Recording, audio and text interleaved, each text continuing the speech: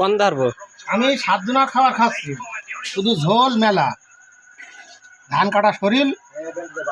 আর রাত্রে পিকনিক হচ্ছে আব্দুর রহিমের দোকানে, খুব কষ্টের মধ্যে রয়েছে। ঠিকভাবে খাওয়াটা হচ্ছে না আমার।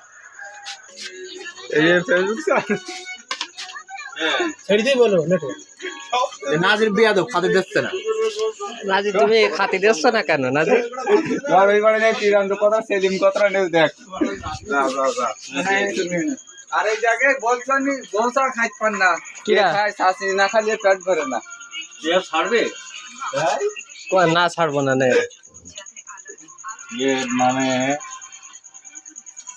আমার হাইরা ছেড়ে দেন, সই যায় একটু রাখিয়ে বুঝিয়ে মাইর যাবে কি আমার, বুঝলি মাইর যাবে। সেলিম যা কই দেখি ভাত দেখি, ভাত দেখি, ভাত দেখি। আমার চাষি না দিয়ে সেলিম চা খাইতে পারে না। ভাত লাগবে। এ রমান